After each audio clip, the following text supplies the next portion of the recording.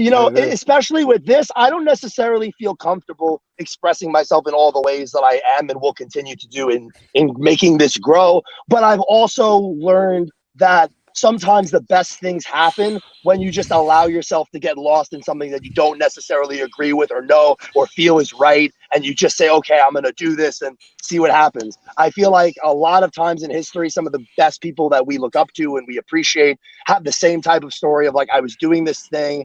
I parts of it worked, parts of it didn't. And then all of a sudden I started doing this thing or then whatever, it's the journey. We take the journey with guys, right? I was saying this to somebody earlier today. Like we don't for example, like the Undertaker, right? Like the Undertaker could arguably go down as the greatest wrestling character of all time.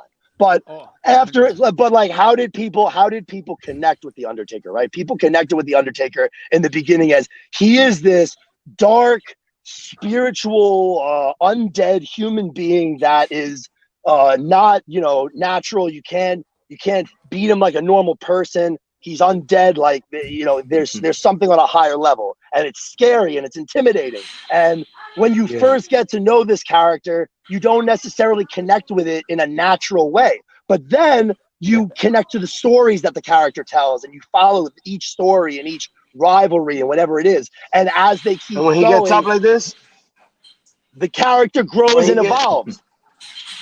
So when the character grows and evolves, it becomes something other than what you were introduced to it by. Like how many versions of the Undertaker? Like you have the initial Undertaker, then the American Badass, and then the Return, and the different color schemes and how the different color schemes emulated different. Yeah, exactly. The color schemes emulated different phases of his character, and then the different costumes emulated different eras of his character. But as he continued to evolve, the fans stayed with him in what he was doing because they connected to him as a character in the growth. And why did they connect to him? Because he fully committed to what he was doing.